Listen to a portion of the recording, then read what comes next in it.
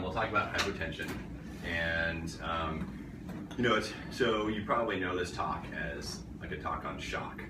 And it's really the same thing, it's just a spectrum. So shock is probably a little bit more severe than hypotension, but nonetheless, it's a spectrum of things. So hypotension will ultimately lead to shock, and the same things that cause shock are going to cause hypotension. So I break it up into 4 categories, okay? So there's more than that, and I'm sure you probably heard the categories of shock, and I think some of them just end up belonging to the same group.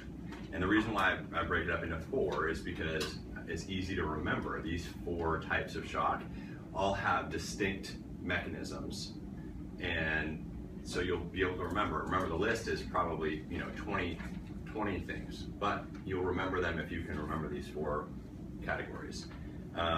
So what are they? What are the categories of? Cardiogenic. Good. So cardiogenic is one. Hypovolemic. Great. Hypovolemic is another. Septic. Great. So septic, I actually call distributive, and so sepsis belongs under that category, and it'll make more sense why when we flesh out kind of the rest of the differential. So the last category is kind of tough to generate. So good. So you guys are good. So yep, that's one of the classic causes of shock that you'll hear as a separate category. But to me, it's distributive, right? Exactly. So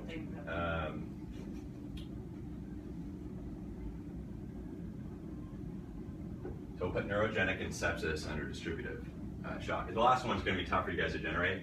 I call it obstructive shock.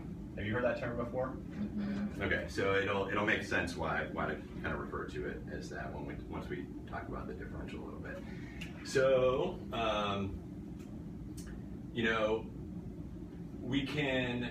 the reason why I think it's important to sort of separate these categories out, and before we talk about the mechanism, let's get the differential a little bit fleshed out a little bit more. So what belongs under cardiogenic, hypovolemic, distributive, obstructive? So throw out some things.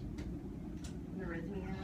Good. So dysrhythmias absolutely belong under cardiogenic. So what types of dysrhythmias will cause somebody to have heart trouble to the point of cardiogenic shock or hypotension? VFib. Good. VFib. Mm-hmm.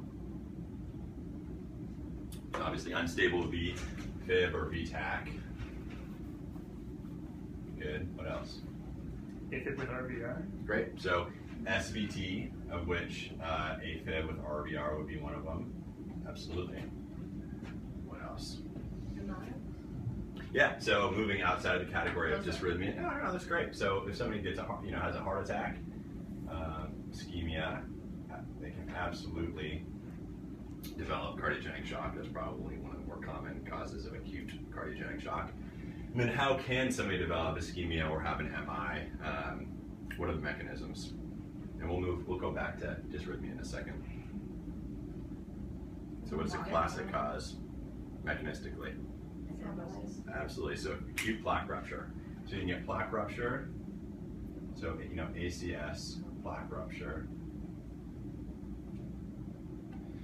What else? How else can somebody infarct? Part of their Vasospasm. Absolutely. That's great. Vasospasm. What's that called? Prince metals. Yep. Prince metals. Prince metals. Yeah, exactly. What else? You could just have gradual narrowing, but that's worse. So yeah, so you're talking about more of like a supply demand or like a stable angina picture. Yeah, usually that will cause angina with activity or as you increase your myocardial oxygen demand. But it doesn't necessarily cause cardiogenic shock. You sort of need that plaque rupture and that acute obstruction and infarct in order to cause that. But obviously somebody with coronary disease and known stable angina, absolutely a risk for plaque rupture and things like that. So you guys mentioned, local thrombosis. So how else can you cause a Emboli, exactly. So how can you get an embolism to your coronary arteries?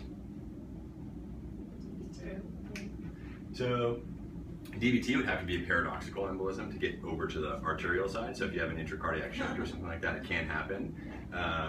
But how about on the arterial side? What's a common cause of arterial thrombotic events? Yeah, exactly. So embolism would be on there.